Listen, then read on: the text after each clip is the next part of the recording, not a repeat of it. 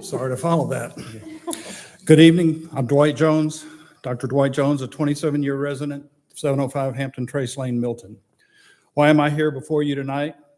One reason only: to respond to an inappropriate and irresponsible assertion made by City Manager Mr. Krokoff near the end of the last City Council meeting.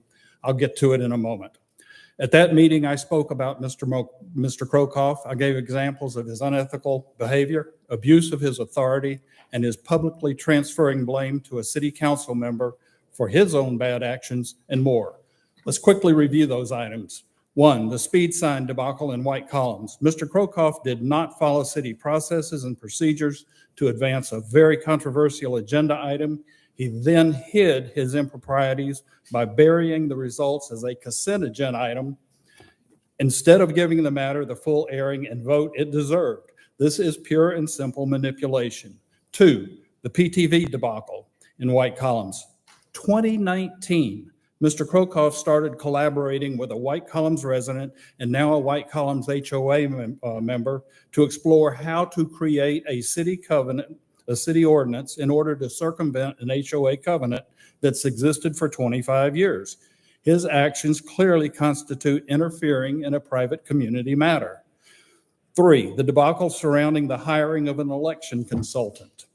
Mr. Krokoff publicly shifted blame to a City Council member for his own terrible decision and actions surrounding hiring the consultant, thereby impugning the reputation of that City Council member rather than accept responsibility for his own failures.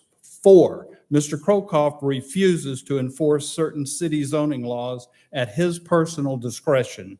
In this case, I'm referring to election signage laws. One of the most flagrant examples is at the roundabout at Hopewell and Bethany Bend.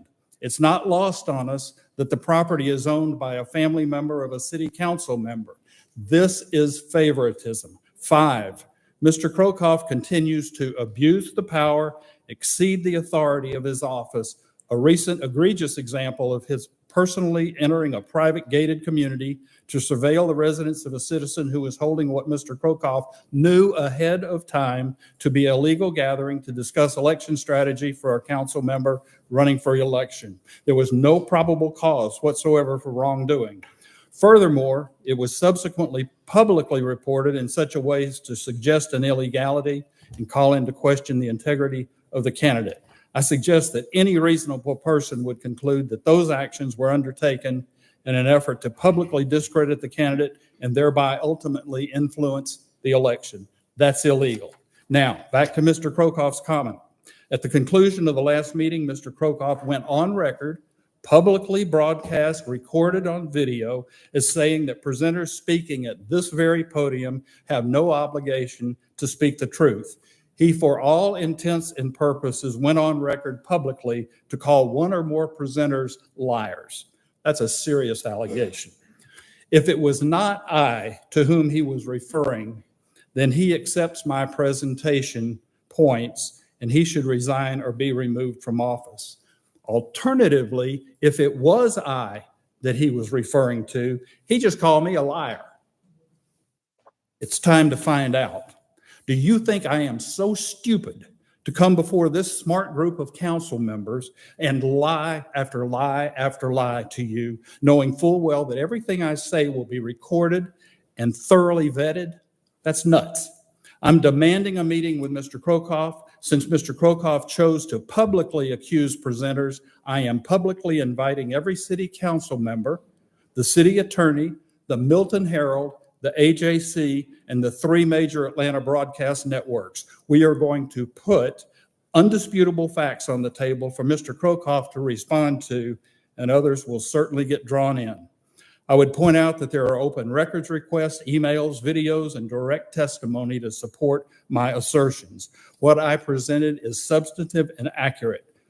I'm sorry he's not here. He can avoid what I believe will be public humiliation for himself and for the city of Milton by resigning, or we can go forward, and it is his choice. The one thing I assure everyone, this matter is not going away. The time has come for him to be held accountable for his actions spanning at least the last 4 years. If he refuses to meet, there are higher authorities to whom an appeal will be made. I thank you for your time.